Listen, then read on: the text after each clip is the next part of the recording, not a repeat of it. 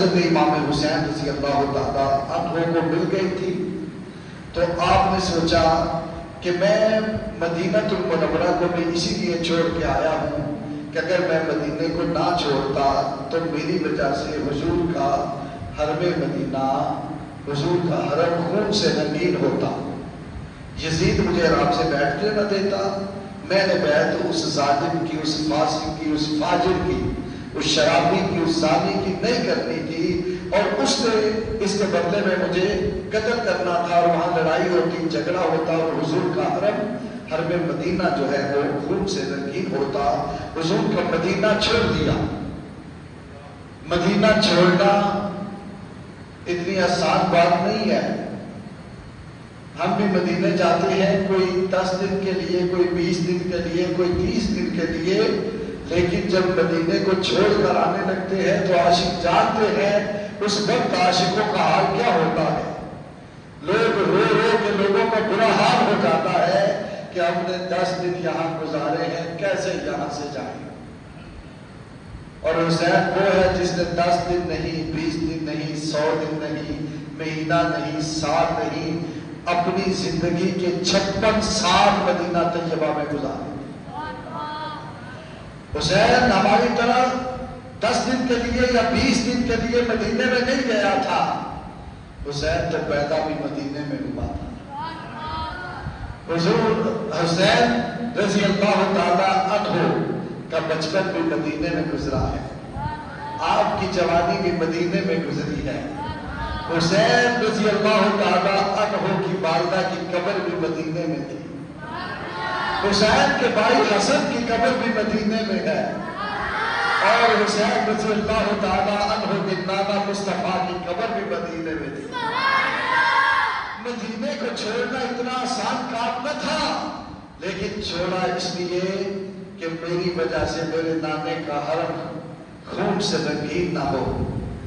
مکے میں آئے، یزید پلید نے مکے میں بھی آرام سے بیٹھنے نہ دیا، اور حاجیوں کے لباس میں 25 آدمی بھیجے کہ حج کا احرام باندھ کے جاؤ، لوگ تمہیں حاجی سمجھیں گے، اور جہاں تمہیں موقع ملے حسین کو شہید کر دینا۔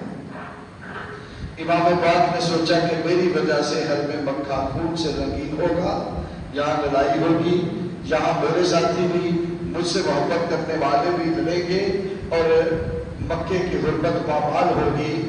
آپ نے، کیونکہ کوفیوں کے خط بھی آ رہے تھے، آپ پھر مکے سے چلے کوفے کی طرف۔ جب مکے سے کوفے کی طرف چلے تو اس وقت 8 ذو الحج کا دن تھا۔ پھر آپ 23 دن سفر کرنے کے بعد 2 محرم الحرام کو کربلا کے میدان میں پہنچے۔ پھر 7 محرم الحرام کو آپ کا پانی بند کر دیا گیا۔ 10 محرم الحرام کو آپ اور آپ کے بانجے، بھتیجے، بیٹے، عوام و انصار، محبت کرنے والے جو ہیں، ان کو بے دردی سے شہید کر دیا گیا۔ پھر 11 محرم کو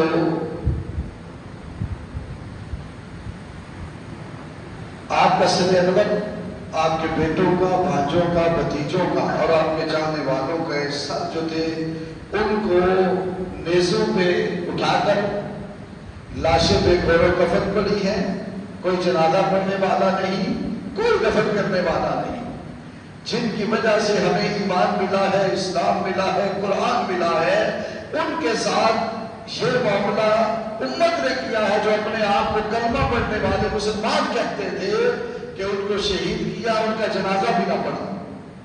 اللہ اکبر۔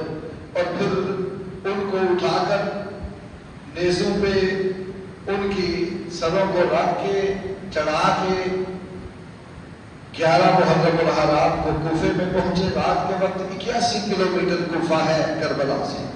رات کو کوفے میں پہنچے اور صبح ابن زیاد کے دربار میں حاضر ہوئے۔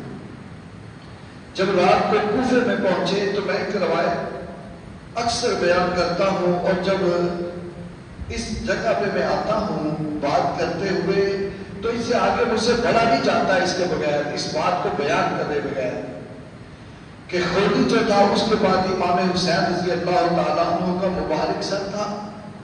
سر کو لے کے جب وہ اپنے گھر رات کے وقت آیا کہ صبح ابن زیاد کے دربار میں حاضر ہونا ہے، آپ کے مبارک سر کو اس نے اپنے گھر میں لا کے تنور کے اندر رکھا. یہ کون سا سر تھا جسے نبیوں کے تاجدار بوسے دیا کرتے تھے؟ یہ وہ سر تھا جسے حضور چوما کرتے تھے، اور یہ وہ سر تھا جسے حضور اپنی گودی میں اٹھایا کرتے تھے، اور یہ وہ سر تھا جسے سیدہ طیبہ فاطمہ الزہرا سلام اللہ علیہا جنت کی عورتوں کی سردار سینے سے لگا کے چوما کرتی تھی، بوسے دیا کرتی تھی. آج وہ کٹا ہوا سر تنور کے اندر پڑا ہے. اور خودی کی بیوی نے پوچھا اتنے دن کہاں لگائے؟ تو کہنے لگا کہ باغیوں کے ساتھ جہاد کے لیے، جنگ کے لیے گیا تھا.